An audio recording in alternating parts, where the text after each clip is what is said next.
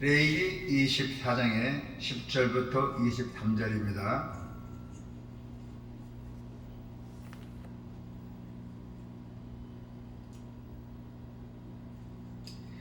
이스라엘 자손 중에 그의 어머니가 이스라엘 여인이요 그의 아버지는 애굽 사람인 어떤 사람이 나가서 한 이스라엘 사람과 진영 중에서 싸우다가 그 이스라엘 여인의 아들이 여호와의 이름을 모독하며 저주함으로 무리가 끌고 모색으로 가니라. 그의 어머니의 이름은 슬루미시요 단 지파 디브리 딸이 없더라. 그들이 그를 가두고 여호와의 명령을 기다리더니 여호와께서 모세에게 말씀하여 이르시되 그 저주한 사람을 진영 밖으로 끌어내어 그것들은 모든 사람이 그들의 손을 그의 머리에 얹게 하고 온 회중의 돌로 그를 칠지니라. 너는 이스라엘 자손에게 말하여 이르라. 누구든지 그의 하나님을 저주하면 죄를 담당할 것이요 여호와의 이름을 모독하면 그를 반드시 죽일지니 온 회중이 돌로 그를 칠 것이니라.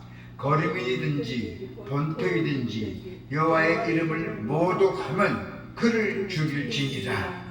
사람을 쳐 죽인 자는 반드시 죽일 것이요 짐승을 쳐 죽인 자는 짐승으로 짐승을 갚을 것이며 사람이 만일 그의 이웃에게 상해를 입혔으면 그가 행한 대로 그에게 행할 것이니 상처에는 상처로 눈에는 눈으로 이에는 이로 갚을지라. 남에게 상해를 입힌 그대로 그에게 그렇게 할 것이며 짐승을 죽인 자는 그것을 물어 줄 것이요 사람을 죽인 자는 죽일지니 거류민에게든지 본토인에게든지 그 법을 동일하게 할 것은 나는 너희의 하나님 여호와이니라.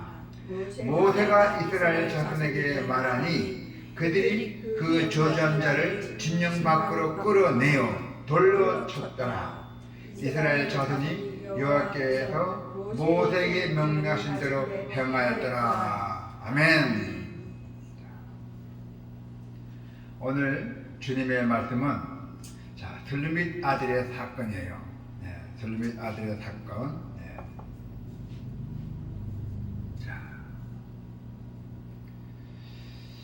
신중함은 하나님의 백성이 구비해야 할 태도입니다. 모세 오경은 다양한 사건과 그에 대한 판결을 기록하고 있습니다. 각 사건에 따른 판단과 그 결과는 기록으로 남아 다른 사건을 취급할 때 판례로 사용되었던 것입니다. 이 모든 과정을 통해서 이스라엘 백성은 하나님의 죄를 어떻게 다루시는지 배우게 되었을 것입니다. 오늘 본문에서는 이름이 알려지지 않는 슬루밋 아들에 관한 판례가 기록되어 있습니다. 이 말씀을 통해서 우리가 배워야 하는 교훈이 과연 무엇일까요?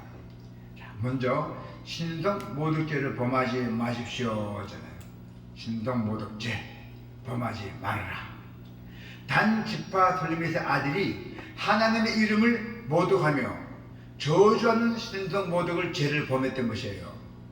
그래서 다른 사람과 다투면서 이러한 죄를 저지르고도 말았어요.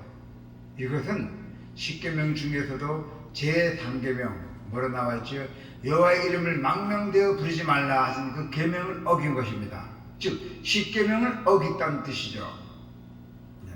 신성 모독죄에 대한 하나님의 판결은 과연 어떤 것일까요? 사형입니다. 사형. 모세는 하나님의 말씀을 대언하여 하나님의 그 이름을 모독하거나 하나님을 저주하는 자는 반드시 죽게 될 것을 선포했던 것입니다. 그래서 슬루밋의 아들은 하나님의 이러한 판결에 따라 진영 밖으로 끌려가 돌에 맞아 죽었습니다. 우리가 사는 이 시대는 사람에게 지은 극악한 죄에 대해서만 사형을 구형하잖아요. 그렇기 때문에 하나님을 향한 잘못된 태도가 얼마나 중대한 범죄인지를 체감하지 못하고 살아가고 있다는 것입니다. 그래서 함부로 하나님의 이름을 저주하며 하나님의 이름을 모독하는 일이 비일비재하게 많이 일어납니다. 우리 세상에 살아가면서 전도를 다니도 하나님의 그 모독을 하는 데 많이 있죠. 자, 이제 오늘 말씀은 우리가 이러한 언어 습관과 그리고 경솔한 태도에 대해서 우리는 경각심을 주고 있습니다. 무심코 사용하는 언어 속에서 하나님의 이름을 망명되어 부르는 잘못된 부분은 없는지 우리는 잘 살펴보아야 합니다. 이것은 우리의 개인에게 뿐만 아니라 우리 교회 공동체가 실수해야 할 부분이기도 해요. 더 나아가 우리가 살아가는 사회의 그 문화 속에 이미 자리 잡고 있는 이런 풍조들을 우리는 고치기 위해서도 함께 같이 노력해야 한다는 것입니다. 자, 두 번째는 뭡니까? 심판을 하나님께 맡기십시오 해요. 우리가 심판하는 게 아니라 반드시 하나님에게 맡기셔야 돼요. 범죄에 대해 심판하시는 분은 오직 하나님이십니다.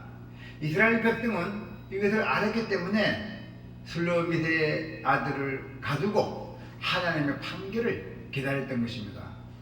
하나님은 율법을 제정하신 분이에요. 하나님은. 그리고 죄에 대한 판결은 인간의 뜻이나 감정에 따라 할 수 있는 것이 아닙니다. 그 예로 오늘 본문은 우리의 그 율법의 근거한 형벌 조항을 소개하고 있습니다. 오늘 본문에 상처는 상처로, 눈에는 눈으로, 이에는 이로 갚으라는 것입니다.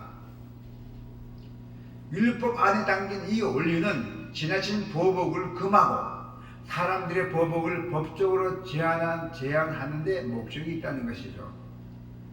우리는 제된 본성을 가지고 있어서 자신이 받은 손해와 고통에 대해 분이 풀릴 때까지 아주 지나치게 갚으려는 악감이 있어요. 내가 손해를 많이 보게 된다면 이해를 못하고 그냥 어떻게 하면 저를 좀 혼 좀 내줄까, 그런 안감이 있다는 것입니다. 율법 안에 담긴 이 원리는 지나친 보복을 금하고 있어요. 그래서 우리가 사람들의 보복을 법적으로 제한하는 데 목적이 있잖아요. 우리는 제된 본성을 가지고 있어서 자신이 받은 손해와 고통에 대해 분이 풀릴 때까지 우리는 아주 격렬하게 남을 모독하죠. 자, 개인적인 보복을 금하신 율법의 원리 그 안에는 우리가 당하는 그 억울함을 아시는 분은 하나님이 모습이 되어 있어요. 우리가 억울함을 하나님 다 보고 있습니다. 하나님은 우리를 대신해서 억울함을 갚아주시는 정의로운 심판자예요. 심판자, 정의로운 심판자이십니다. 하나님이. 그래서 우리는 우리 손으로 보복할 필요가 없다는 것이에요. 더 나아가 주님은 너희 오른쪽 뺨을 때리는 사람에게 왼쪽 뺨도 돌려대라고 하셨잖아요. 이것은 보복하고 복사된 죄의 본성을 내려놓고 공의로우신 하나님의 그 의지함으로써 자비와 용서와 마음을 가지라고 말씀하신 것입니다. 우리가 이러한 주님의 말씀을 따를 수만 있다면 하나님이 율법으로 세우신 그 정의와 사랑이 우리를 통해서 땅에 반드시 드러날 것이라고 말씀하고 있습니다. 오늘 본문에 이름도 알려지지 않는 그 슬로밋 아들의 받은 그 판결은 우리에게 신중한 태도를 요청하고 있어요. 무심결에 되는 말과 나도 모르게 무심적으로 나오는 말이잖아요. 말과 행동으로 하나님을 모독하지 말 것과 그리고 함부로 보복하려는 생각을 버리라는 것이에요. 우리가 살면서 당하는 그 억울함을 아시고 갚아주시는 하나님을 정의와 의지하시기 바랍니다. 우리가 이웃에게 국물과 용서를 실천한다면 하나님은 우리 공동체 가운데서 반드시 참된 평화를 살아가실 것을 믿으시기를 바랍니다. 아멘. 기도가 있겠습니다.